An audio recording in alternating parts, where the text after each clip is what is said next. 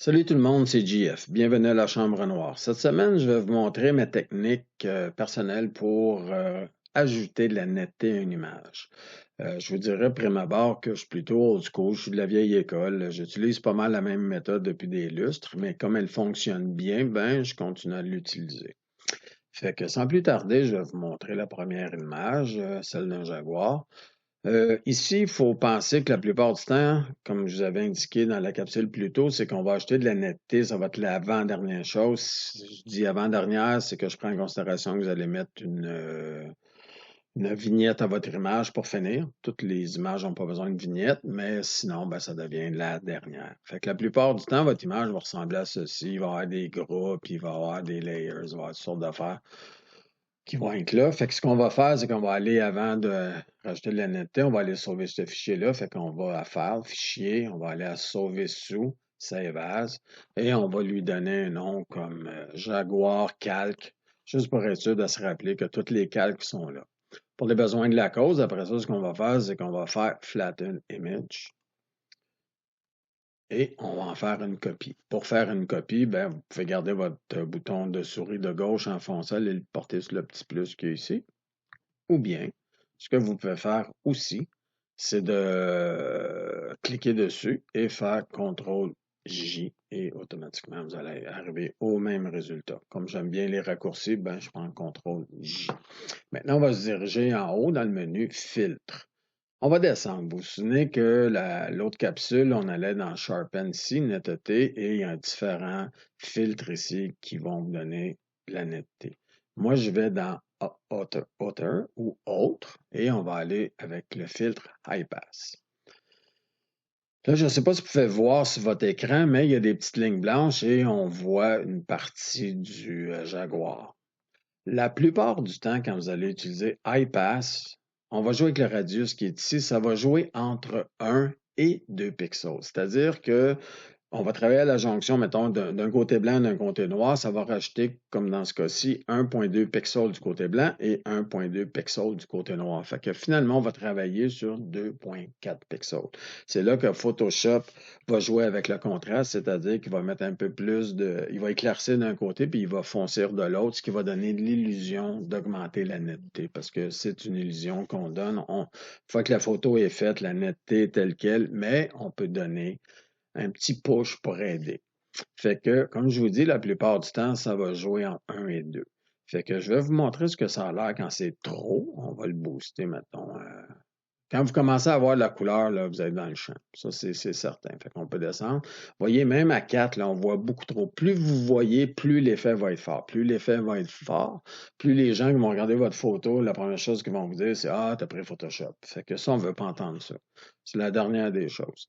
Fait qu'on va redescendre, mettons 1.9. Vous voyez, c'est quand même assez fort. Moi, je préfère y aller en subtilité, d'y aller doucement. Je me dis que ma photo de départ est quand même assez nette.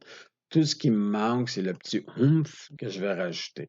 Fait qu'on va y aller avec 1.2, fait qu'on pèse sur OK ici. Maintenant, ce qu'on va faire, c'est qu'on va garder CTRL enfoncé et U. Ça va nous amener notre panneau de saturation.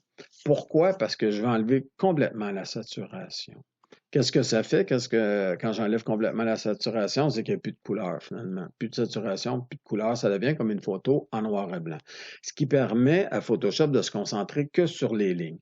Ça enlève la texture, si vous voulez, parce qu'un des problèmes quand on rajoute de la netteté, c'est qu'on en rajoute souvent partout, surtout à des endroits où il ne devrait pas avoir, qu'on ne devrait pas en mettre. Si c'est une photo qui est très texturée, qui a du gazon, comme là, c'est un animal, il est quand même assez texturé avec le poil, ça se trouve en mettre partout et ça en met trop la plupart du temps. Fait que là, ce qu'on dit à Photoshop, c'est concentre-toi sur les lignes et oublie le reste. Fait que on l'aide à faire ça en baissant la saturation ou en enlevant la saturation complètement. Maintenant, tu peux voir que c'est un chef-d'œuvre, hein? Ben non. Ce qu'on va faire, c'est qu'on va aller ici. Hein, on va aller jouer avec les modes de fusion. Là, il est présentement normal et je vais l'amener à Overlay. Je vais m'approcher pour vous montrer la différence entre les deux. Oups, ça c'est peut-être un petit peu trop long, il va fort. Et je vais aller placer, vous vous souvenez, si vous gardez la barre la barre d'espacement enfoncée, mais on peut placer la photo exactement où on veut. Fait que j'enlève mon effet et, comme vous pouvez le constater, là, c'est trop. Fait que là, ce que je peux faire, je peux recommencer au complet, donner un autre chiffre, j'avais 1.2, ou bien, et c'est surtout pour ça que j'aime les calques, c'est que je peux aller ici dans l'opacité et jouer avec celle-ci. Fait qu'on va la descendre à 0 et on va monter à peu près à coup de 20, puis on va regarder ce que ça donne. Mettons 21, j'enlève, je remets. Je peux peut-être en ajouter un petit peu plus. En y allant en coup de 20, vous n'allez pas trop vite, puis ça va vous donner une idée après ça comment l'ajouter. Vous voyez déjà là, on est pas mal dessus. On va voir jusqu'où on peut aller avant que ça paraisse trop. Voilà, à peu près à 50 d'après moi, là, ça va être pas pire. OK, avant, après. Comme vous pouvez le constater, là, c'est subtil, mais ça donne un petit de plus. Maintenant, ce que ça me permet de faire, d'être sur un calque comme ça, mais évidemment, c'est d'ajouter un masque. Fait qu'on va aller sur l'icône de masque qui est ici, qui est comme le carré avec un trou dedans, et on va créer un masque. Par contre, excusez-moi, le masque qui est ici, il est blanc. Fait que c'est transparent. C'est comme s'il n'y avait rien. Ce que je veux, moi, par contre, c'est juste affecter certaines zones de mon image. Fait que je vais peser sur CTRL-I pour inverser le masque et là, tout devient noir. Je vais aller me chercher un pinceau ici. Je vais regarder la grandeur qui est quand même pas si pire. Je pense que c'est une bonne grandeur pour leur travail. Et j'ai besoin du blanc ici parce que je vais mettre du blanc qui va laisser passer l'effet de netteté sur mon sujet ou sur ma photo. Fait que ce qui est bien important ici, c'est qu'il y ait du blanc quand vous travaillez sur le noir et vice-versa. Fait que si jamais ce n'est pas le cas, vous avez les petites flèches qui sont ici. Vous avez qu'à cliquer avec votre bouton de gauche, puis vous allez changer l'ordre. C'est celui qui est en avant qu'on utilise. Comme ça. L'autre façon de faire, c'est avec le X. Quand vous pesez sur le X, comme vous pouvez le voir, il change. Je reviens au blanc parce que c'est ce que je veux. Quand on joue avec la netteté, il faut savoir où on veut la mettre. Parce que la netteté, ça sert à diriger l'œil de la personne qui regarde votre photo. La personne va être portée à aller voir les zones qui sont nettes. Quand c'est flou, on n'ira pas perdre notre regard là-dedans. Lorsqu'on photographie un animal comme ça, ce qu'on veut, c'est évidemment regarder son visage. Fait que la première chose que je vais faire, je vais commencer à peinturer avec mon pinceau ici, une zone.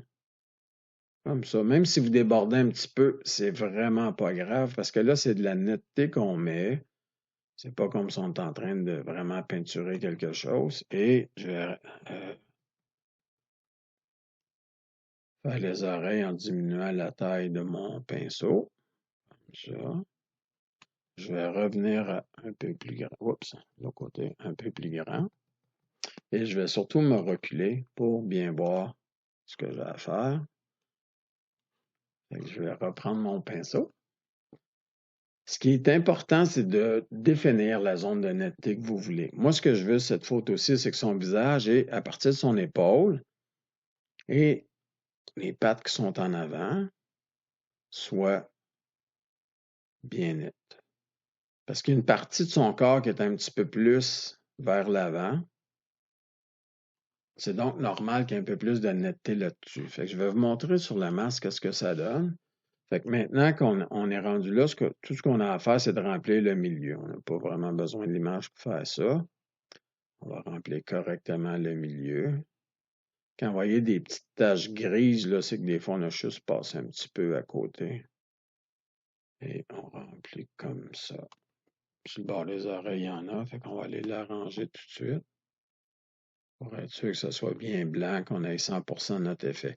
Parce que ce qui arrive avec les masques, là, c'est justement, je vais profiter de la situation, c'est que si c'est complètement blanc, fait que l'image, pas l'image, mais l'effet va être là à 100%, et quand on s'en va dans des zones de gris, ben, ici, ça va peut-être être 70, vous comprenez le principe que blanc 100%, noir 0, mais entre les deux, il y a des pourcentages que l'effet va passer à travers. Fait qu'on va revenir ici.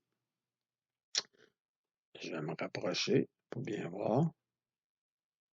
On va descendre. Pour vous souvenir que pour bouger la photo, c'est la barre d'espacement qu'on garde enfoncée, la petite main qui apparaît. Fait qu'avec notre bouton de gauche, on saisit l'image, puis on va la porter où on veut. Fait que ça, c'était avant.